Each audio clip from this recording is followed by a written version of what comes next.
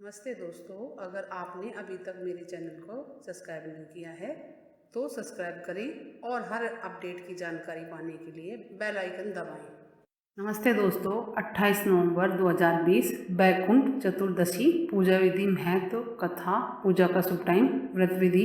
क्योंकि बैकुंठ चौदस पर हरि से मिलेंगे हर, खुलेंगे बैकुंठ के द्वार। दोस्तों, कार्तिक मास के शुक्ल पक्ष की चतुर्दशी तिथि को बैकुंठ चतुर्दशी या बैकुंठ चौदस के नाम से जाना जाता है। इस दिन भगवान विष्णु के साथ भगवान शिव की पूजा की जाती है। इस वर्ष बैकुंठ चतुर्दशी 28 नवंबर 2020 को आ रही है और इस दिन भगवान शिव सृष्टि का कार्यभार भगवान विष्णु को सौंपने के लिए उनसे भेंट करते हैं। इसलिए इस दिन को हरिहर मिलन के नाम से भी जाना जाता है। धार्मिक मान्यताओं के अनुसार इस दिन भगवान विष्णु के परम धाम बैकुंठ के दरवाजे भी सभी प्राणियों के लिए इस दिन खुले रहते हैं। इसलिए भी इसको बैकुंठ चौदस कहा गया है। अर्थात इस दिन यदि किसी प्राणी की मृत्यु हो तो उसे सीधे बैकुंठ में प्रवेश मिलता है, तो बैकुंठ धाम की प्राप्ति होती है। बैकुंठ चतुर्दशी के दिन भगवान विष्णु को बैकुंठनाथ को पीताम्बर और मुकुट आदि पहनाकर सुंदर श्रृंगार कर विधिवत उनकी पूजा आचमन स्नान आदि कराना चाहिए और सुंदर सुंदर वस्त्र पहनाने चाहिए। पीताम्बर और मुकुट आदि से सुंदर श्रृंगार करना चाहिए और धूप दीप चंदन तथा पुष्प अर्पित करने चाहिए। ऋतुफल नैवेद्य का भोग लगाना चाहिए और इस दिन श्रीमद् भागवत गीता विष्णु सहस्त्र नाम का पाठ और श्री सूक्त का पाठ करने से समस्त प्रकार के भोग प्राप्त होते हैं। और इस दिन भगवान शिव का पंचामृत अभिषेक करके चंदन अष्टगंध का लेप किया जाता है। बेल धतूरा आँख के फूलों से श्रृंगार किया जाता है और मिठाई और ऋतुफल का भोग लगाया जाता है। क्योंकि देव प्रबोधिनी एकादशी के दिन भगवान विष्णु जागते हैं और बैकुंठ चतुर्दशी के दिन शिव ये कार्यभार पुण्य विष्णु जी को सौंप देते हैं और इसी दिन भगवान विष्णु से प्रसन्न होकर शिव जी उनको सुदर्शन चक्र देते हैं। बैकुंठ चतुर्दशी का पूजा का शुभ टाइम। चतुर्दशी तिथि प्रारंभ 28 नवंबर को प्रातः 10:21 बजे से, चतुर्दशी तिथि पूर्ण 29 नवंबर को दोपहर 12:47 बजे तक। बैकुंठ चतुर्दशी निश्चित काल मध्य रात्रि 11:49 बजे से 12:41 बजे तक। अवधि 53 मिनट, क्योंकि बैकुंठ चतुर्दशी में भगवान शिव की पूजा रात्रि में ही की जाती है। दोस्तों, हिंदू धर्म में त्रिदेवों में भगवान विष्णु और भगवान महेश यानी कि भगवान शिव की उपासना सबसे अधिक महत्वपूर्ण बताई गई है। देवोत्थानी एकादशी पर भगवान विष्णु 4 महीने की नींद से जागते हैं। उसके बाद आने वाली बैकुंठ चतुर्दशी के दिन लोग भगवान विष्णु और भगवान शिव की पूजा करते हैं। मान्यता है कि इस दिन भगवान विष्णु की पूजा करने से बैकुंठ धाम की प्राप्ति होती है और जीवन के सभी पाप नष्ट हो जाते हैं। क्या है बैकुंठ चतुर्दशी का महत्व, जाने। शास्त्रों की माने तो बैकुंठ चतुर्दशी के दिन शरीर त्याग देने वाले व्यक्ति को स्वर्ग की प्राप्ति होती है, बैकुंठ की प्राप्ति होती है। इतना ही नहीं, जो व्यक्ति इस दिन भगवान शिव और भगवान विष्णु की उपासना करते हैं उनके जीवन के सभी पाप कट जाते हैं। पुराणों के अनुसार बैकुंठ चतुर्दशी के दिन ही भगवान शिव ने भगवान विष्णु को सुदर्शन चक्र दिया था। मृत व्यक्तियों का करवाया था श्राद्ध इस दिन। बैकुंठ चतुर्दशी ही हमारे शास्त्रों में सबसे ज्यादा उसका महत्व बताया गया है। मान्यता है कि इसी दिन महाभारत के युद्ध के बाद उसमें मारे गए लोगों का भगवान श्री कृष्ण ने उन व्यक्तियों का श्राद्ध करवाया था जो मारे गए थे युद्ध में। इसलिए इस दिन श्राद्ध तर्पण करने को विशेष महत्व दिया जाता है। बैकुंठ धाम की प्राप्ति करने के लिए लोग इस दिन पूरे विधि विधान से पूजा करते हैं। मान्यता है कि केवल शुद्ध गुणी दिव्य पुरुष या सत्कर्मों को करने वाला व्यक्ति ही बैकुंठ प्राप्त करता है, लेकिन बैकुंठ चतुर्दशी का व्रत रखने से हर इंसान बैकुंठ धाम की प्राप्ति आसानी से कर सकता है। क्योंकि बैकुंठ धाम को सर्व सुखों का धाम माना जाता है, इसलिए प्रत्येक व्यक्ति को अपने जीवन में बैकुंठ चतुर्दशी का व्रत अवश्य करना चाहिए। क्योंकि बैकुंठ चतुर्दशी की पूजा से मिलता है अनंत गुना फल। साथ ही बैकुंठ चतुर्दशी की पूजा मध्य रात्रि यानी कि निषिद्ध काल में की जाती है। मान्यता है कि बैकुंठ चतुर्दशी के दिन ही श्री हरि और महादेव की उपासना करने से पापों का नाश होता है और पुण्य फल की प्राप्ति होती है। बैकुंठ चतुर्दशी पूजा विधि। बैकुंठ चतुर्दशी के दिन भगवान विष्णु और देवादिदेव महादेव का विधि विधान से पूजन किया जाता है। श्री हरि का 16 पूजन किया जाता है। पूजन में चंदन का इत्र, श्वेत कमल, केसर, गाय का दूध, दही, मिश्री, शहद आदि से अभिषेक करना चाहिए। अबीर, गुलाल, कुमकुम, सुगंधित फूल, सूखे मेवे, ऋतु फल और नैवेद्य का भोग लगाना चाहिए। श्रीमद् भागवत गीता,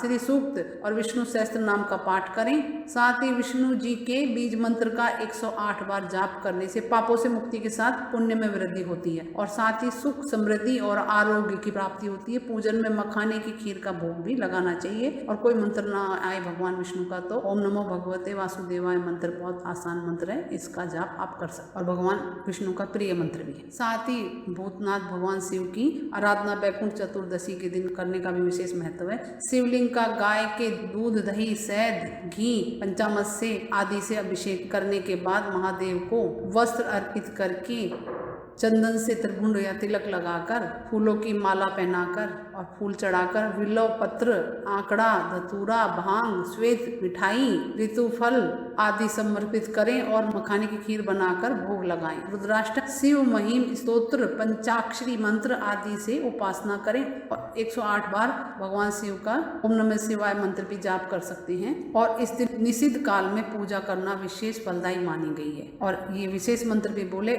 ओम लिंग ओम हरिनाक्षाय नमः शिवाय का जाप करने से हरि और हर यानी कि भगवान विष्णु और महादेव दोनों की कृपा प्राप्त होती है। बैकुंठ चतुर्दशी को हरिहर के साथ सप्त ऋषि की पूजा करने से सभी तरह के कष्टों से मुक्ति मिलती है। इस दिन पितरों का किसी पवित्र नदी सरोवर के किनारे तर्पण करने से पितरों की कृपा प्राप्त होती है। साथ ही पितरों को बैकुंठ धाम और मोक्ष की प्राप्ति होती है। कैसे करें व्रत? बैकुंठ चतुर्दशी के दिन सुबह सूर्योदय से पूर्व उठकर स्नान आदि करके साफ सुथरे वस्त्र धारण करने चाहिए। इसके पश्चात दिन भर व्रत रखें। रात्रि के समय भगवान विष्णु को कमल पुष्प अर्पित करें और विधिवत पूजन करें और उसके बाद शिव का भी विधिवत पूजन करें। अगले दिन सुबह स्नान आदि से निवृत्त होकर भगवान शिव का दोबारा पूजन करें। उसके पश्चात ब्राह्मणों को भोजन करवाएं, फिर आप पारण करें। बैकुंठ चतुर्दशी की कथा। एक बार नारद जी मृत्युलोक घूमकर बैकुंठ पहुंचे। भगवान विष्णु ने प्रसन्नता पूर्वक बैठाते हुए नारद जी को आने का कारण पूछा। नारद जी ने कहा, भगवान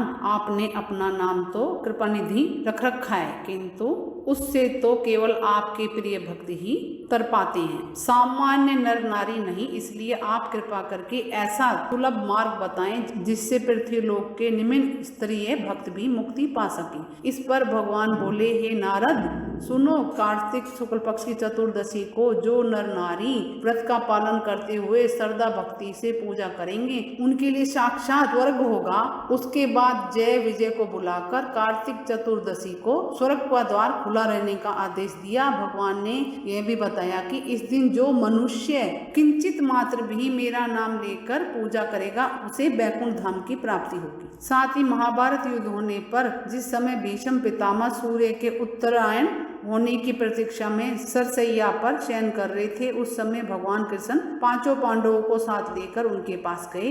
उपयुक्त अवसर जानकर युधिष्ठिर ने भीष्म पितामह से प्रार्थना की कि आप हमें राजधर्म संबंधित उपदेश देने की कृपा करें। तब भीष्म पितामह ने 5 दिनों तक राजधर्म, वर्ण धर्म, मोक्ष धर्म आदि पर उपदेश दिया था। उनका उपदेश सुनकर श्री कृष्ण संतुष्ट हुए और बोले, पितामह आपने कार्तिक शुक्ल पक्ष एकादशी से पूर्णिमा तक 5 दिनों में जो धर्म समय उपदेश दिया है उससे मुझे बड़ी प्रसन्नता हुई है। मैं इसकी स्मृति में आपके नाम पर भीष्म पंचक व्रत स्थापित करता हूँ। जो लोग इसे करेंगे वह जीवन भर विविध सुखों को भोगकर अंत में मोक्ष प्राप्त करेंगे। बैकुंठ चतुर्दशी की दूसरी कथा। एक बार भगवान विष्णु ने देव के देव महादेव का पूजन करने के लिए काशी पधारे। काशी में मणिकर्णिका घाट पर स्नान कर उन्होंने 1000 स्वर्ण कमल पुष्पों से भगवान विश्वेश्वर की पूजा का संकल्प लिया। अभिषेक के बाद जब पूजन करने लगे भगवान विष्णु तो शिव जी ने उनकी भक्ति की परीक्षा के